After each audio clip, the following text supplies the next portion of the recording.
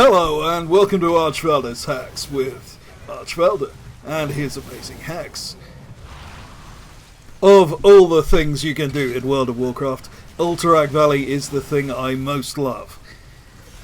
I would play this battleground for 12 hours at a time back in the Burning Crusade in the 60 bracket as a twink.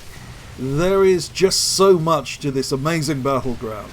So many tricks and secrets that I can't even cover them all in this video. This video will mostly focus on retail because it is easier to get footage. However, most of the guide works pretty well in Classic as well. The main difference is that the relative absence of movement abilities in Classic makes it harder to exploit the terrain, but much more powerful if you can do it. For example with rocket boots, slow fall, parachutes, etc. To start with, to get on top of the Hall of the Stormpike in Dunbaldar Fortress, just jump across on your mount at this location. You can also do it with the Ripple in Space Essence or any special movement ability, such as Hunter, Disengage, Druid Wild Charge, etc. To get up here in Classic is a little harder and requires a mount and some form of slow fall, such as Noggin Fogger Elixir. It is very easy to defend the flag from this location if you're a ranged class. You yourself cannot be attacked by melee, and even if you're attacked by ranged attacks, then you can easily get out of line of sight. Rogues can shadow step up to you, and demon hunters can just double jump up there. If that happens, then if you look to my left, you'll see a gap in the wall, and a gnome can just run straight through that, but most classes can't. If you're not a gnome, then you can get through it with a teleport ability such as Blink, or you can use the Ripple in Space Essence. Now this section only refers to Korrak's Revenge specifically. You can gear up to exploit the down level scaling to level 60 you get in Korrak's Revenge, and you do this primarily by the use of the acquisition of gear with multiple gem slots. Legion legendaries do not work. If you have the legendary cloak from Mr. Pandaria, use it. I don't. The legendary ring from Warlords of Draenor does not work. However, the pre-legendary ring that Khadgar gives you on that quest chain with its 10% intellect proc does work, so that's well worth using. The Ashen Band ring from Icecrown Citadel, which has an extra gem slot, is also useful here. For a weapon, I use the Exodar Staff, which drops from Kazakh in Outland. A lot of other casters, particularly druids, tend to use Nibelung. That's a drop from the second boss of Icecrown Citadel, Lady Deathwhisper, on 25-man mode. Melee classes will want to use Shadowmourne, also from the quest chain in Icecrown Citadel. In addition, there are plenty of Burning Crusade set bonuses which never got nerfed, especially those to do with tailoring. Here's another technique that I've never seen mentioned anywhere in the context of Warcraft, but those of you that play FPS will probably know quite well. Jump onto this section of the Dunbaldar Bridge, shaped like a castle turret. Now this gives you a certain amount of height and range to attack oncoming players. And you can just use this as a location to do that and remain well outside melee range. But if you move very fractionally to your right, you'll notice that you are now out of line of sight of most of the bridge. And while you can't attack most of the bridge, you are completely out of line of sight from the enemy players also. So what you can do is weave in and out of the safe zone, attacking when no players are targeting you, and moving into the safe zone when players are attacking you. Let's just quickly see how this works in practice. So while the horde are at range here, I can attack openly, and as they begin to move closer and I fall into range, I know from long experience I'll last only a few seconds if I stay out in the open. So I'm behind the turret here and I'm quite safe. Note that even in the safe zone there's still a small area to your immediate right where you can attack and also be attacked. Now, when I've published terrain exploits in the past, players have often suggested that these strategies can be countered by Death Knights. In fact, it's not really the problem that you would imagine. There are a number of ways to deal with it. Firstly, you can use an ability such as knockback to devastating effect when you get pulled, as I'll demonstrate here. That's assuming the Death Knight can work around the line of sight issues I just mentioned. Secondly, with a little practice, assuming you store your movement abilities, you can escape from almost any situation. Now, here's a really fun trick. If you've got some form of slow fall, go into walk mode on Dunbaldar Bridge and walk over the edge of the bridge, just over this tree. Doesn't require as much accuracy as you might think.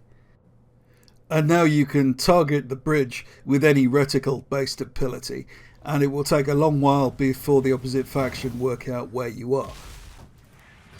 Note that enemies on the bridge are out of line of sight unless they unwisely stick their heads over the edge like that monk there. But airway attacks can be very effective from below. All of the flags in Alterac Valley can be jumped on if you can get the timing and the angle right. You will need some form of slow fall to do this. Again, this gives you an advantage by increasing your field of vision and making it hard to target you with melee attacks. Mountains in Alterac Valley are paper thin, and spells and abilities go right through them, as I'm demonstrating here at Dunbaldar Graveyard. You can stand in this location and protect the flag without even being visible to anybody who's trying to cap it. My absolute favourite trick in Alterac Valley can be worked down here at Dunbaldar North. If you lure a player up to the area where you turn in crystals to the druids, make sure that you let the enemy player take you down to low health, or they won't be motivated to pursue you. If they aggro you in the range of the druids, as you can see here, the druids will be brought into combat, and as elites will waste pretty much any reasonable number of players in short order. If you get really lucky and the enemy player runs away, then the druids will be drawn into the wider battle, and you can actually win entire battlegrounds that way. The equivalent of the Alliance druids for Horde are the shaman in the cave in Frostwolf Village. Aside from firing offensive spells and other abilities through mountains, warlocks can use their demonic gateways to travel through these apparently solid objects, as I'm demonstrating here at Dunbaldar Graveyard again, this time travelling through to the start of Dunbaldar Pass. You can use this in the reverse direction as an escape route. If you take the road left from the Alliance starting area, or right from the Horde's perspective, coming up to Icewing Bunker, you can get to a location where you can goblin glide on top of Icewing Bunker.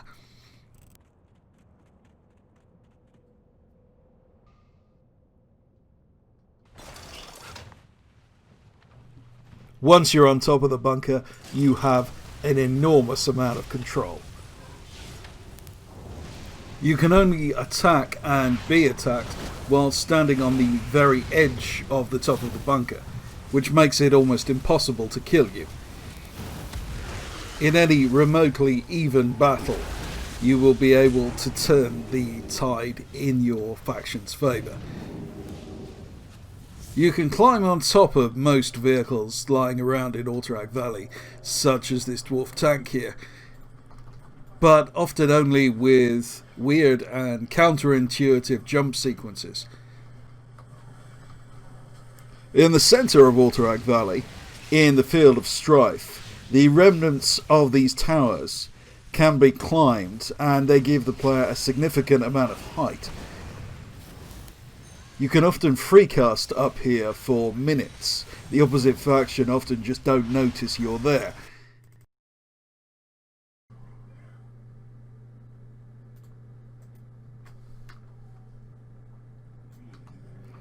Death Knights have a unique ability in Korrak's Revenge to control an overpowered NPC.